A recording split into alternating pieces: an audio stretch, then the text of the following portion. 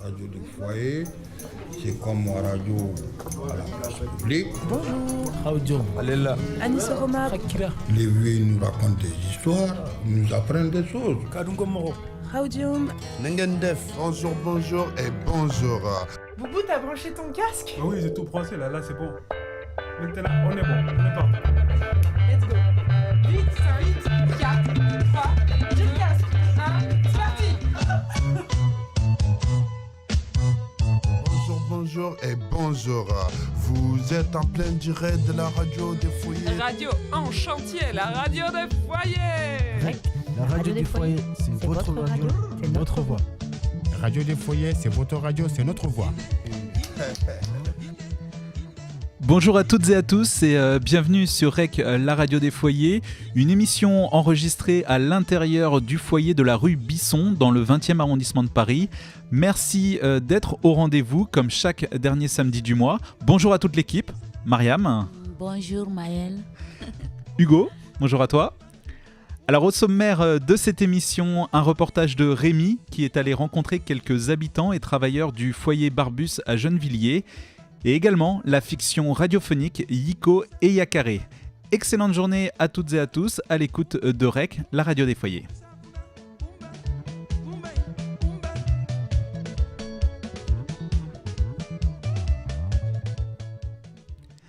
Un point d'actualité pour commencer. Le projet de loi Asile et Immigration a été adopté par l'Assemblée nationale dimanche 22 avril 2018 à Paris. Elle doit encore être adoptée par le Sénat.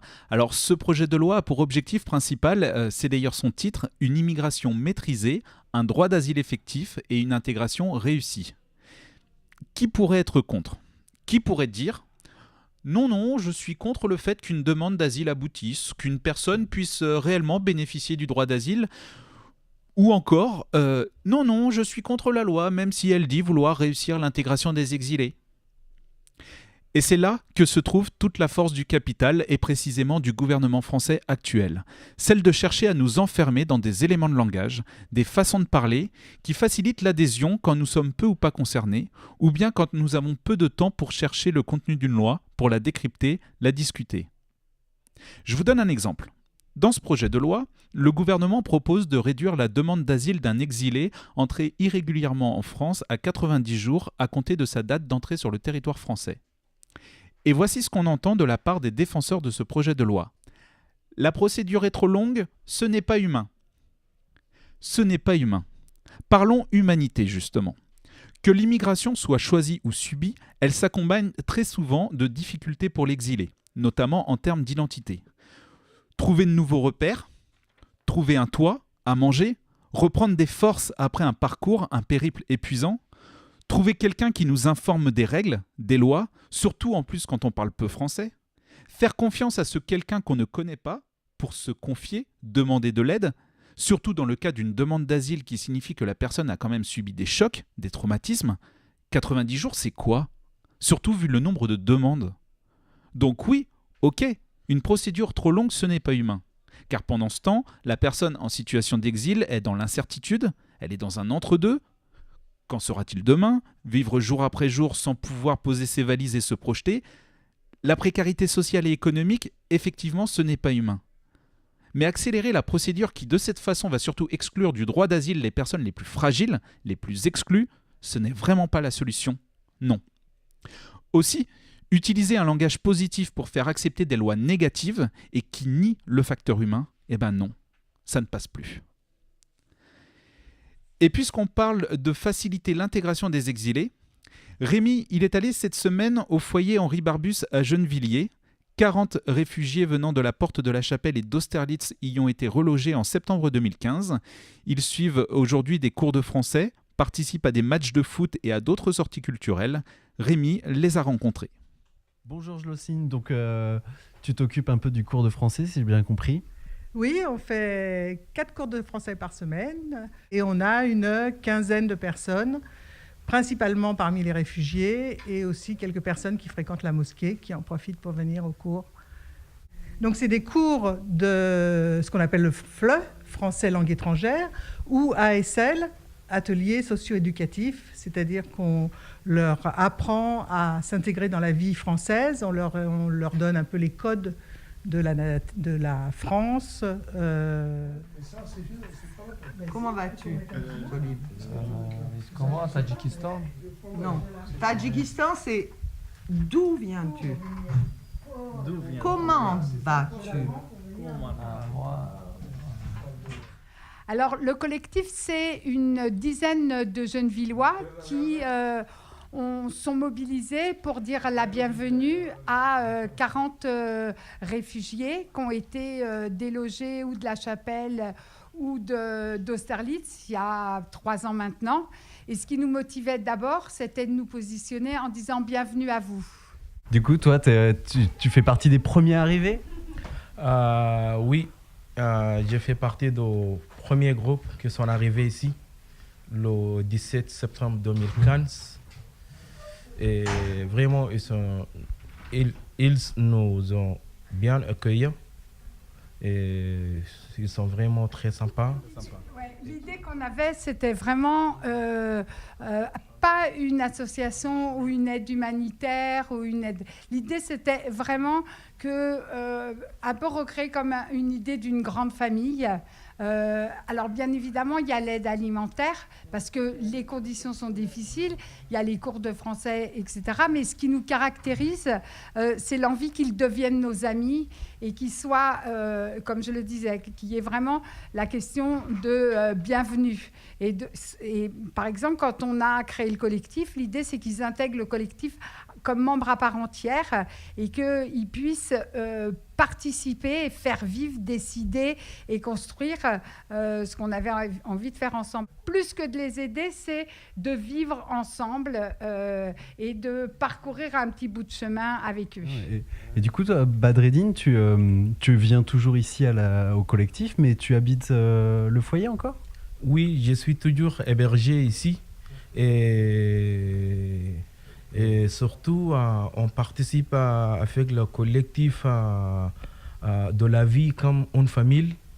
Et vraiment, ils sont très sympas. Je ne peux pas dire tous les noms du collectif, mais aussi nous remercions tout le temps. Vraiment, ils sont vraiment très aimables. Alors, moi, je voudrais dire aussi tout ce qu'ils font pour nous. Parce qu'il ne faut pas croire que c'est que dans un sens et que nous, on grandit et d'être ensemble avec eux, c'est aussi pour nous une façon d'apprendre le monde. Et oui, c'est vrai, Badreddine, il a raison. Il y a même, par exemple, je pense encore à Mokhtar, qui était mineur quand il est arrivé ici, qui a été envoyé à Toulouse. Ça a été un peu un déchirement. Et ben, il est venu nous voir dès qu'il a pu. Il a pris le car et il a débarqué ici. Et ceux qui sont les amis qui sont dans le logement diffus, et ben, on les voit, Isaac et tout ça, on les voit revenir une fois de temps en temps. Et ben, ça aussi, merci à eux de ça. Ismaël. Là, je te fais le boulot.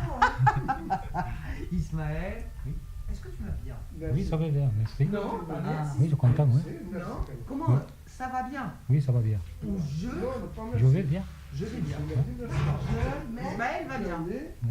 Ok, et moi? Tu veux rentrer? Et toi? Moi, je veux bien qu'on me demande comment je vais. Qui me demande? Comment tu vas? Ah, comment tu vas? Tout va, oui. Je vais bien, merci. C'est bon. J'ai fini le travail. C'est bon, oui. C'est le week-end. C'est bien. C'est tout ce que vous voulez savoir? Un reportage de Rémi réalisé au foyer Henri Barbus à Gennevilliers où 40 réfugiés ont été relogés en septembre 2015. Vous êtes sur REC, la radio des foyers, et nous retrouvons maintenant la série Yiko et Yakare. Inside Mahatma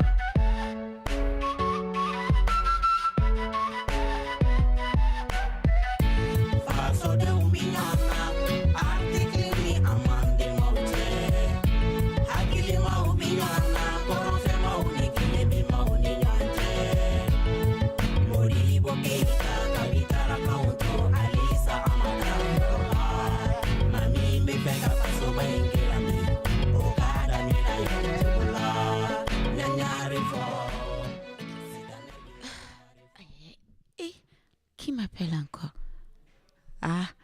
Allô? Allô?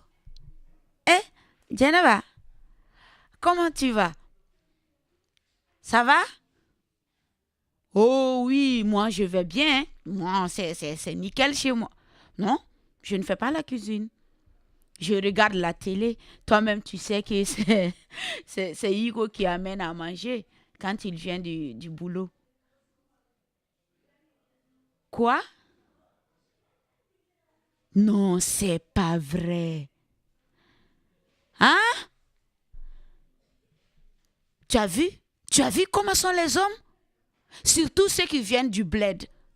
Les jours où il t'a vu dans la rue, il t'a dit de venir chez lui, qu'il va t'héberger, qu'en échange, et tu feras la cuisine ou le ménage chez lui. Mais même pas 3 mois, il te demande de coucher avec lui. Tu as vu? Quand je te dis que les hommes qui viennent du bled là, qui n'aident pas leurs sœurs ici en France, souvent tu me dis non, tu exagères. Mais tu as vu comment il se comporte avec toi?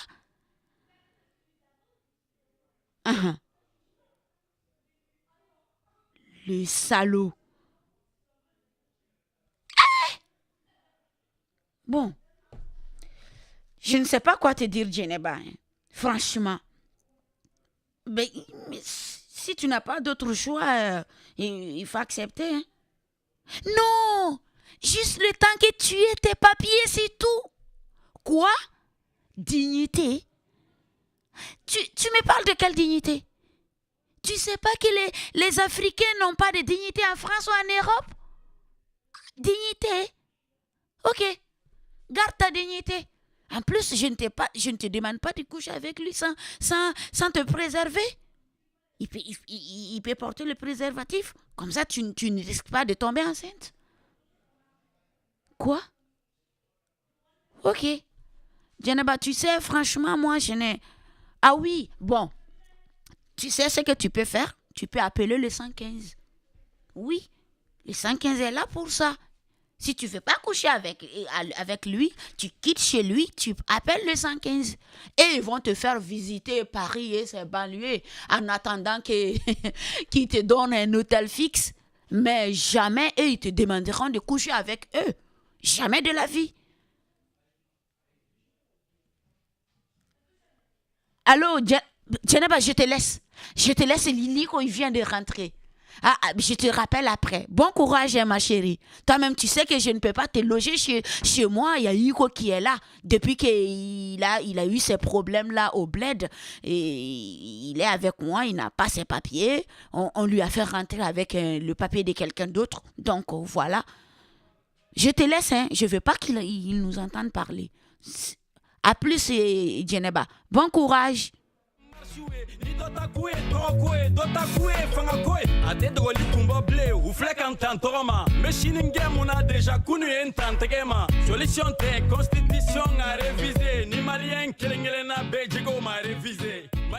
Bonjour chérie.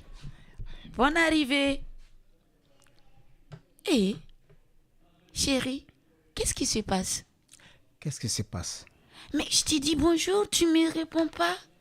Oh. Hein? Fais-moi une bise ici. Mais Hugo, tu t'es barré à ton travail? J'ai rien fait du tout à mon travail.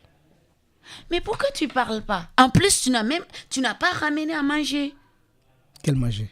Mais Hugo, arrête. Si tu veux manger, il faut rentrer dans la cuisine pour faire la cuisine pour toi-même. Mais d'habitude, c'est toi qui amène à manger en rentrant, non? Ça, c'est d'habitude, mais tout ça, c'est fini aujourd'hui. Chérie, pourquoi tu t'énerves comme ça? Fais-le pour notre fils. Quoi? Tu n'as même pas dit bonjour à notre bébé. À quoi? Ton ventre là? S'il n'y a que du caca là-dedans, beau. Quoi? Quoi, Benala? Yiko, arrête de blaguer. Quoi, Benala? Est-ce que Neko quoi? Yiko, yoro ni moroba sebela kana ite morolame. Hein? Akandin kama sala kama kuma benyini ngafara s'il te plaît, Yiko. Hey. Toi, j'en ai assez, vraiment assez de tes conneries maintenant. Chaque fois, tu me dis que tu es enceinte alors que tu n'as rien dans le ventre. Tu me prends pour qui? Ça, c'est temps à passer. Hein. Tout le monde voit clair maintenant. Maintenant, Yiko. je vois clair. Yiko, moi aussi, Yarade, j'ai vu clair, je vois clair, je verrai clair. D'accord? Tu penses que je t'ai pas entendu au téléphone hier soir quand tu parlais à ta maman au bled? Quand tu étais au téléphone? Tu as une autre femme au bled que tu veux faire venir ici en France. Vrai ou faux? Et alors? Tu toi- n'as pas honte? Alors, toi, je ne sais pas de quel pied tu veux danser. Sur quel pied tu veux danser? Il y a une nègre blako gangalan. Il y a une nègre tako gangalan. D'abord, tu ne veux pas te marier avec moi. 2, tu me disais que tu ne voulais pas avoir enfant, mais après, tu me dis que tu es enceinte. 3, et tu ne veux jamais entendre que j'ai une femme. Mais ça, c'est la méchanceté, ça. Mais Yiko, toi, tu es ingrat. Hein? Ça, c'est normal que je épouse une femme au bled. C'est normal que tu Bien épouses sûr. une femme au bled. Bien Moi, sûr. je suis là. Toi, tu es quoi? Tu es quoi? Tu es qui? Toi, tu sais, moi, maintenant, je comprends que tu ne m'aimes pas, Yiko. Tu es avec moi juste avoir tes papiers. C'est vrai. La première fois, tu m'as demandé de t'épouser. J'ai dit non. Après, tu m'as demandé d'avoir un enfant avec toi. Tu penses que je suis conne? Tu veux me faire un enfant et dès que tu as tes papiers, tu prends tes papiers, tu me laisses toute seule avec l'enfant? Vous avez vu maintenant qu'elle n'a rien dans son ventre si ce n'est pas le caca? Oui. Mais moi, c'est moi qui est là à la nourrir tous les jours. C'est pendant que la dame ne veut jamais se marier avec moi, elle ne veut jamais faire un enfant avec moi, elle ne veut même pas pacter avec moi. Je ne veux rien faire avec toi, Yiko. Je continue à payer sa maison. Et je continue à payer sa maison et en tant que sans-papier. Oh oui, étant sans-papier, tu payes ma maison. Parce que tu es chez moi, regarde-moi que lui, il paye ma maison. Tu ne réfléchis même pas. D'ailleurs, moi, je vais appeler la police, je vais leur dire que tu travailles dans le noir, tu ne payes pas tes impôts. Voleur que tu es. Tu n'as pas honte, Yiko. Hein? Et t'es malo. Bilogé. Ka dumuni dima, ka ji dima, ka fembe dima. Nyere bakun dima. Ali ika tcheni musoya. Yiko mbo beki fe. Là, maintenant, ma mire ma tachi. Kebenani e muso werei. Hein? Voilà. Vous voyez?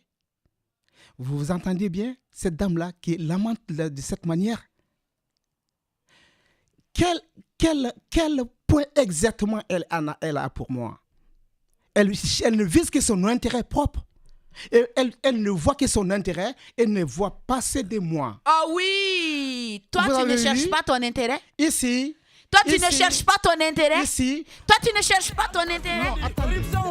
Non, démocratie excessive. ATT, veni en héros, réparti à zéro. Ayoto la bannière, rebelle, mo. Obola, biri, biri, biri. Alaya ke amosro. Pourquoi nous souka dansera, jomuna makobo. Oya soranya sano sukaro, koya ndususma. Police immobile, na nota, benyana, mo, shimakma.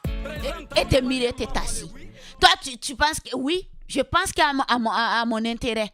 Regarde-moi ça. Toi, tu penses que tu es devenu français? Hein? Que je vais travailler au noir.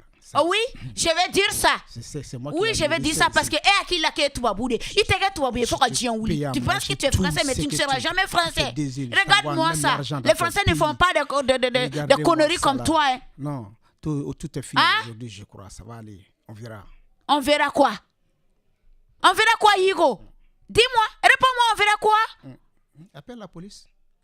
Appelle la police, oui. Regardez-moi ça. Appelle la police, appelle la police. Toi, tu ne penses même pas à ton pays là qui est là-bas. Hein?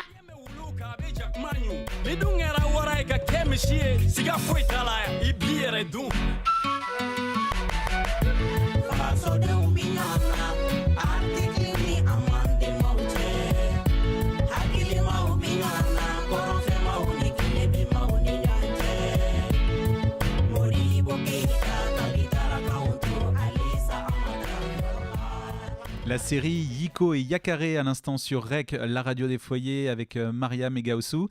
Alors un sketch qui montre l'extrême misère dans laquelle peuvent tomber des êtres humains, notamment quand ces hommes et ces femmes subissent une situation sociale et économique très très précaire.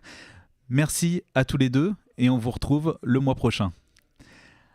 Un peu de fraîcheur maintenant avec cette voix magnifique, Doussou Bagayoko, chanteuse malienne qui utilise la musique pour encourager les enfants et les jeunes à s'approprier leur vie, à construire pleinement leur histoire. La chanson que nous avons décidé de vous faire partager, c'est Dia Nyebao, Les gens que j'aime. Doussou Bagayoko, c'est maintenant sur REC, la radio des foyers.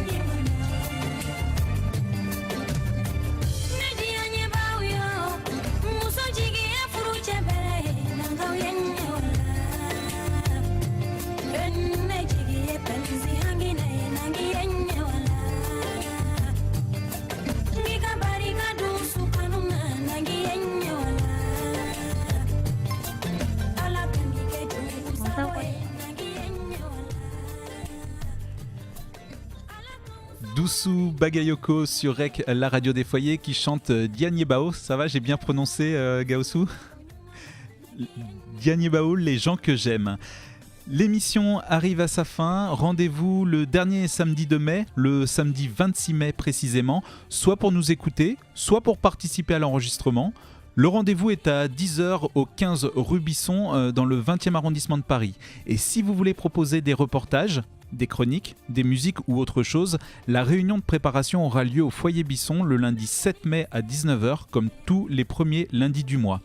Merci à toute l'équipe, merci Hugo pour la technique, merci Gaoussou et Mariam pour le sketch. Merci à Maël et à Hugo aussi d'avoir nous accepté.